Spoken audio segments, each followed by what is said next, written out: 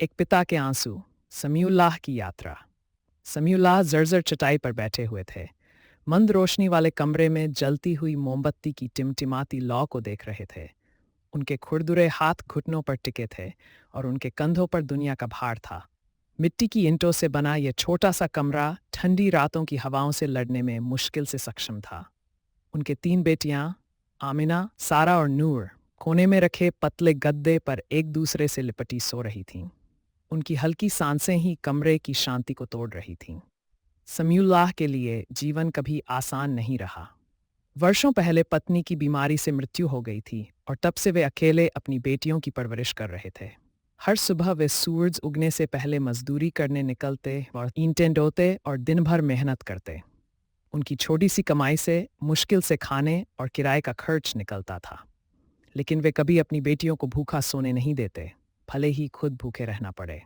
एक शाम जब वे घर लौटे, उनकी सबसे बड़ी बेटी आमिना ने उत्सुकता से पूछा, अब्बू, मेरी स्कूल की फीस भरनी है।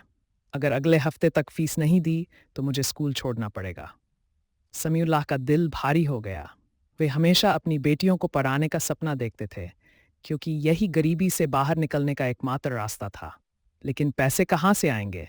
उस दिन उन्होंने मुश्किल से आटे और दाल के लिए पैसे कमाए थे।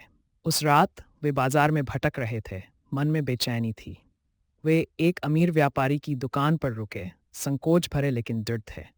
साहब, मैं दोगुनी मेहनत करूंगा, आपकी दुकान साफ करूंगा, कुछ भी कर लूंगा।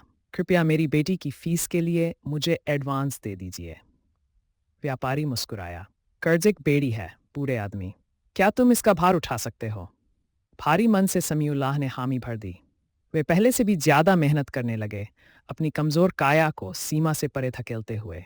दिन रात काम किया और थकान उनके शरीर में घर कर गई। लेकिन जब स्कूल फीस भरने की आखिरी तारीख आई तो उन्होंने आमिना के हाथ में पैसे रख दिए। उनकी आंखों में थकान के बावजूद गर्व झलक रहा था। दिन बीतते गए और संघर्ष जारी रहा। सर्दी का मौसम आ गया, निर्दयी और बेरहम। उनकी बेटियों के पास ठंड से बचने के लिए सिर्फ पतले दुपट्टे थे। एक रात जब तेज हवा चल रही थी, उन्होंने देखा कि उनकी सबसे छोटी बेटी नूर ठंड से कांप रही थी। बिना सोचे समझे समीउल्लाह ने अपना पुराना शॉल उतारकर उसे ओढ़ा दिया, जबकि वे खुद ठंड में कांपते रहे। फिर एक दिन सबसे बुरा हुआ। सुबह मजदूरी करते समय समीउल्लाह अचानक गिर पड़े। वर्षों की भूख और कड़ी मेहनत से कमजोर हुआ उनका शरीर अब और सहन नहीं कर सका। उन्हें एक छोटे से क्लिनिक में ले जाया गया, जहां डॉक्टर ने सिर हिलाते हुए कहा, इनका हाल गंभीर है। इन्हें आराम, अच्छा खाना और गर्म कपड़े चाहिए।